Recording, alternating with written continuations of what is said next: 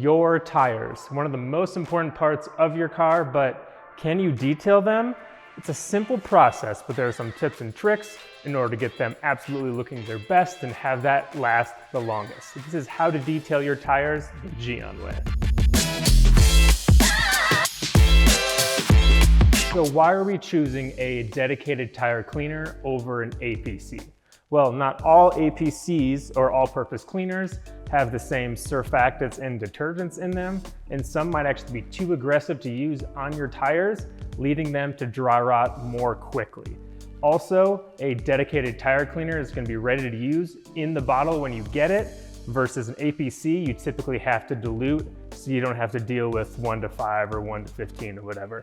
So it's going to be pretty easy to use a dedicated tire cleaner. Now, what are we cleaning off the tires? Your typical road grime and dirt, but also there's something called blooming. This is the browning or amber color that you will sometimes see on tires. This is actually a residue from the additive in the tire called antiozonate. This is in the rubber tire in order to protect the surface from premature cracking due to exposure to both UV and ozone. Now, what happens over time is the tire is actually porous, so this additive actually seeps out, causing that unpleasant browning effect. Also, if you use the wrong tire cleaner, this can actually accelerate that effect. So it's a balance of getting a cleaner that will completely clean your tires, but it's not too aggressive that it will damage them over time. Now let's head over to the wash bay and get things started.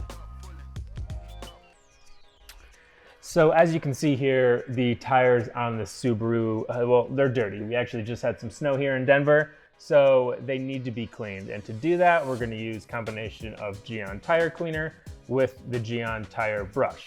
We're gonna spray a good amount around the tire. You want a good amount on there so that it can actually suds up when you're working it.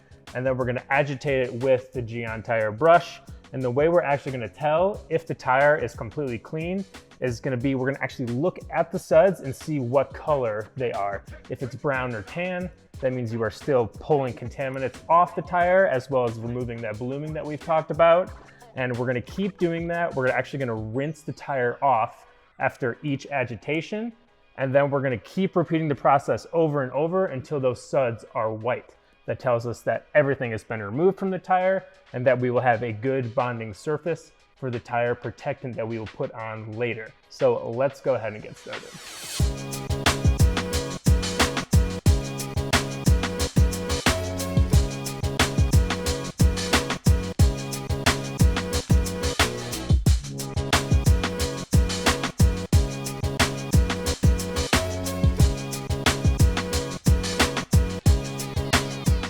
As you can see, the suds in the tire were nice and white.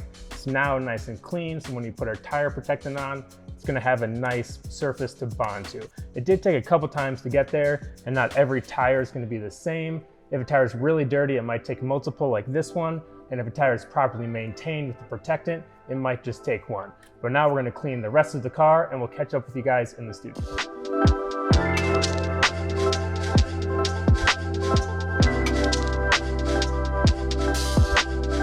We are back in the studio now. The car has been completely clean. It's looking nice and fresh. And we're actually gonna move on to the tire dressing application.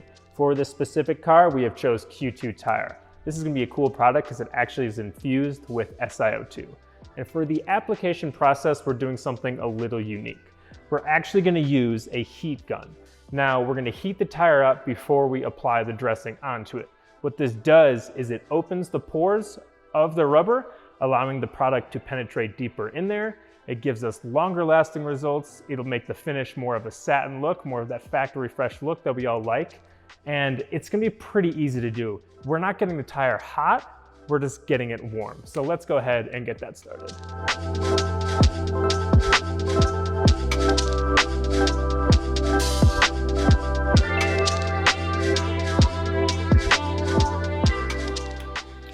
All right. So the tire is nice and warm and ready to put the dressing on. And I wanted to clarify that this is not a quick process. This does take some time, but we're doing this to yield the best results. If we want to do something faster, I would be reaching for Tire Express over tire. So to apply Q2 tire, we're going to use the large tire applicator from GYEON. the curvature of this foam is gonna match the face of this tire nicely. Now, how I like to do it is blot 4 different areas around the tire. What this does is it actually spreads the dressing across so you don't have a concentrated area here, and then it's thin on this side once you get over to here. And then from there, I'm just gonna go ahead and wipe it. And then for these rib areas, you wanna make sure that you're working vertically. This allows you to get down to the bottom of them. You don't wanna leave them behind. And then the only other thing that you need to pay attention to is the actual lip of the wheel. You wanna make sure that the dressing doesn't get onto there because that's gonna lead to a really messy cleanup.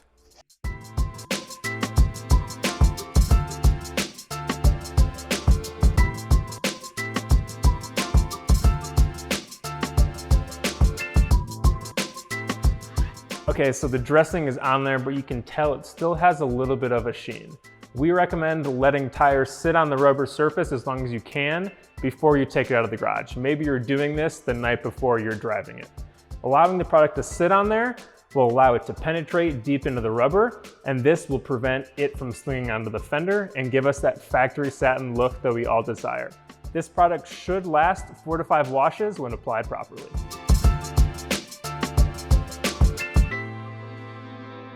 Hope this video was helpful seeing tire dressing applied in a different way. If you guys like this video or detailing content in general, please consider subscribing. If you have any questions about the products seen today, feel free to reach out on social media. Also, they're all available for purchase on GYEONUSA.com. Catch you all later.